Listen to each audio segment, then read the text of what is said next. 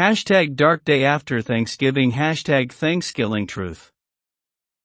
U.S. forces kill hundreds of indigenous people in Sand Creek Massacre. Hashtag Black Friday.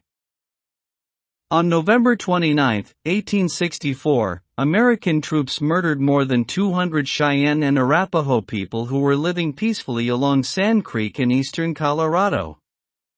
Days before the massacre, white officials had assured chiefs of the village that their community would not be harmed.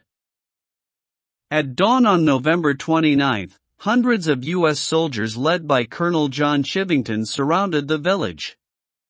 Residents responded by waving white flags and pleading for mercy. One of the chiefs even raised the American flag in an attempt to demonstrate that he, too, was American. Ignoring these symbols of surrender and peace, the white troops opened fire with carbines and cannons, slaughtering more than 200 Native American people. Most of the victims of the massacre were women, children, and the elderly and infirm. After the massacre, the troops burned the village, mutilated the bodies of the deceased, and removed body parts to keep as trophies. Some scalps of the dead became props and plays that the troops later performed to celebrate, as one soldier boasted, almost an annihilation of the entire tribe. Violence against indigenous people in the U.S. had been overlooked and ignored for decades. Many white settlers in America cultivated a view that Native people were less human and worthy of dignity and respect than white people.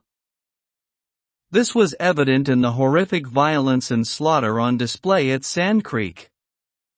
Officers tried to justify the massacre by asserting a false narrative that described indigenous people as less than human and dangerous and claimed that the soldiers who committed the massacre had acted in self-defense.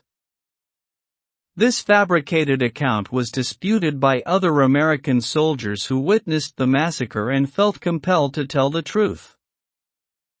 Hundreds of women and children were coming towards us, and getting on their knees begging for mercy, described U.S. Captain Silas Soule in an 1865 letter to Congress, only to be shot, and have their brains beat out by men professing to be civilized.